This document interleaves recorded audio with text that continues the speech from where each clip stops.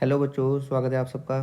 आज हम CBSE board class 12th का केमिस्ट्री क्वेश्चन पेपर सोल्व करने जा रहे हैं। ठीक है, इसमें क्वेश्चन नंबर 1 से लेके 12 तक जो एमसीक्यूज़ हैं वो हमने पहले लेक्चर में डिस्कस किए थे, और आज हम क्वेश्चन नंबर 13 से लेके 16 तक जो कि असर्शन रीजन टाइप के क्वेश्चन हैं वो डिस्कस करने जा रहे हैं। ठीक है, ये बेटा क्वेश्चन पेपर आपका 2024 में आया है। ठीक है, और इसका कोड है 5611। ठीक है, चलिए स्टार्ट करते हैं। क्वेश्चन नंबर 13 में असर्शन हमको दिया हुआ है। क्या कहा है इसमें?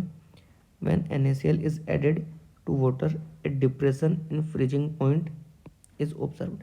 ठीक है, जब हम वाटर में NaCl ऐड करते हैं तो उसमें डिप्रेशन इन फ्रीजिंग पॉइंट होता है। ठीक है, तो जो डिप्रेशन इन फ्रीजिंग पॉइंट होता है इसको हम डेल्टा TF से रिप्रेजेंट करते हैं, और ये एक तरह की कोलिगेटिव प्रॉपर्टी होती है। ठीक है, अभी कोलिगेटिव प्रॉपर्टीज कब ऑब्जर्व होती हैं? बेसिकली जब हम वोलाटाइल सोलवेंट में नॉन वोलाटाइल सोल्यूट डिसोल्व करते हैं तब कोलिगेटिव प्रॉपर्टीज ऑब्जर्व होती हैं। ठीक है, कोलिगेटिव प्रॉपर्टीज बेसिकली 4 तरह की होती हैं। एक आपका relative lowering in vapour pressure, एक होता है एलिवेशन इन बॉइलिंग पॉइंट जिसको हम डेल्टा TB कहते हैं, एक आपका depression in freezing point delta TF, और एक होता है बेटा ऑस्मोटिक प्रेशर। ये 4 तरह के हम कोलिगेटिव प्रॉपर्टीज पढ़ते हैं। ठीक है, तो रिलेटिव लोवरिंग आपका जो डिप्रेशन फ्रीजिंग पॉइंट है डेल्टा TF, वो बेसिकली क्या ऑब्जर्व होता है जब हम नॉन वोलाटाइल सोल्यूट डिसोल्व करते हैं। और बेटा NaCl KCl, ठीक है, इस तरह के जो सोल्यूट हैं आपके वो नॉन वोलाटाइल सोल्यूट होते हैं। तो ये बात बिल्कुल सही है। अब आते हैं इसमें रीज़न पर। NaCl undergoes dissociation in water, है ना। तो उन्होंने कहा है कि NaCl वाटर में डिसोसिएशन शो करता है। ये बात भी बिल्कुल सही है। जब आप इसको वाटर में डिसोल्व करोगे तो जो NaCl है वो Na+ और Cl- आयन में डिसोसिएट हो जाता है। ठीक है, तो डिसोसिएशन शो करता है, ये बात भी सही है। लेकिन इस डिसोसिएशन का इस जो असर्शन है इससे कोई मतलब नहीं है। ठीक है, मतलब इसका करेक्ट एक्सप्लेनेशन नहीं है। अगर यहाँ पर ये कहते हैं कि NaCl is a non volatile solute, तब हम इस बात को बिल्कुल करेक्ट मानते हैं कि इसका करेक्ट एक्सप्लेनेशन है। तो असर्शन और रीजन दोनों यहाँ पर ट्रू हैं, बट इसका करेक्ट एक्सप्लेनेशन नहीं है। तो इस तरह से हमारा इसका जो ऑप्शन है वो क्या हो जाएगा? B हो जाएगा। ठीक है, क्वेश्चन नंबर 14 में आते हैं। इसमें असर्शन क्या दिया है बच्चों? इसमें दिया है separation of zirconium and hafnium is difficult. ठीक है, तो जिरकोनियम और हाफनियम जो होते हैं वो आपके देखो ये डी ब्लॉक एलिमेंट से आते हैं। तो डी ब्लॉक एलिमेंट में एक 3D सीरीज होती है, एक 4D और एक 5D सीरीज होती है। तो जिरकोनियम आपका 4D सीरीज से है और हाफनियम जो है आपका वो 5D सीरीज से है। ठीक है, तो इनमें क्या होता है जब हम डाउन द ग्रुप चलते हैं, डाउन द ग्रुप चलने पर साइज इंक्रीज होना चाहिए, बट वो साइज इंक्रीज ना होकर साइज ऑलमोस्ट सेम हो जाता है। ठीक है, साइज सेम होने का जो इनका कारण है, रीज़न है, वो है बेटा लेंथेनोइड कॉन्ट्रैक्शन। लेंथेनोइड कॉन्ट्रैक्शन की वजह से ऐसा होता है। ठीक है, तो इनका साइज ऑलमोस्ट सेम हो जाता है, इनकी प्रॉपर्टीज़ भी ऑलमोस्ट सेम हो जाती हैं, और इस वजह से इनका जो सेपरेशन है वो बहुत डिफिकल्ट हो जाता है। ठीक है, तो इनका सेपरेशन डिफिकल्ट है, बिल्कुल सही है, एकदम करेक्ट है। अब बात करते हैं रीज़न की। Zirconium and hafnium have similar radius, बिल्कुल सही, मैंने आपसे कहा कि इनका साइज सेम हो जाता है ड्यू टू लेंथेनोइड कॉन्ट्रैक्शन। हाँ, ये बात भी बिल्कुल सही है। लेंथेनोइड कॉन्ट्रैक्शन की वजह से इनका साइज सेम हो जाता है, साइज सेम होने से इनकी प्रॉपर्टीज़ भी सेम हो जाती हैं, और इस वजह से इनका जो सेपरेशन है वो बहुत डिफिकल्ट हो जाता है। तो यहाँ पर बिल्कुल करेक्ट है असर्शन और रीजन इसको बिल्कुल करेक्ट एक्सप्लेन भी कर रहा है। ठीक है, तो इसका मतलब ये जो आपका क्वेश्चन नंबर 14 है इसका आंसर हो जाएगा बेटा A। 15 वाले क्वेश्चन में आते हैं। इसमें हमको असर्शन में क्या दिया हुआ है? द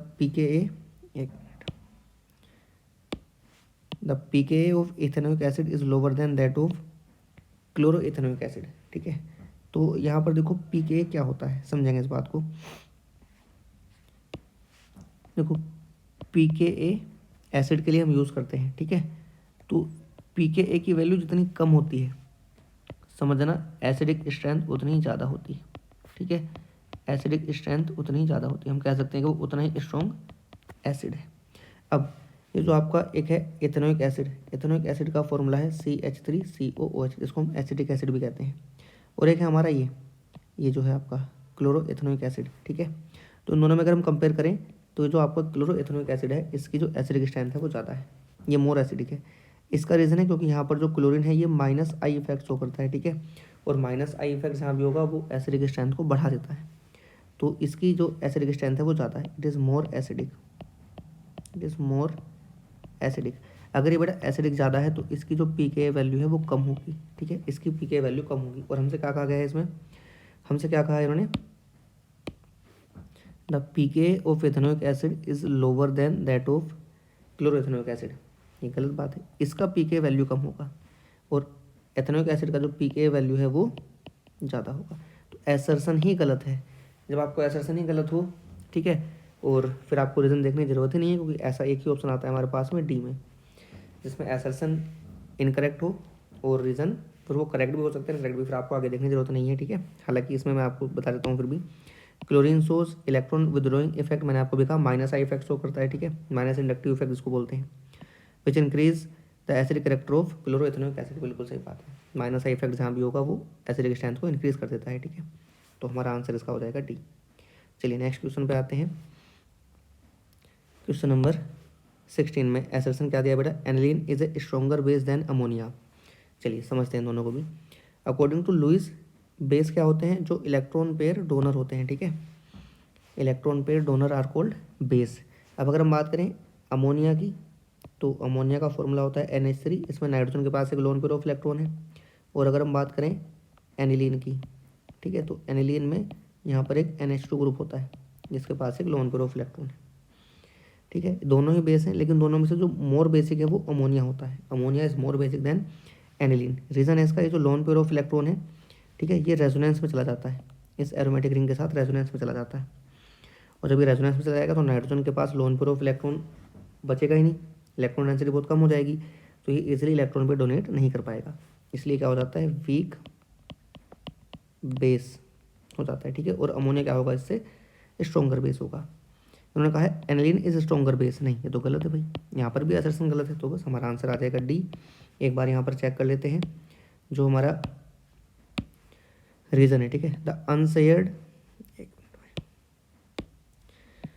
अनशेयर्ड इलेक्ट्रॉन पेयर और नाइट्रोजन एटम इन एनिलीन, ठीक है, अनशेयर्ड इलेक्ट्रॉन पेयर ये जो था हमारे पास में, becomes less available for protonation due to resonance. बिल्कुल सही बात है, रेजोनेंस की वजह से ये अब लेस अवेलेबल होगा फॉर प्रोटोनेशन, ठीक है, तो ये तो बिल्कुल सही है, लेकिन एसर्शन गलत है हमारा, तो आंसर हो जाएगा डी, ठीक है बच्चों।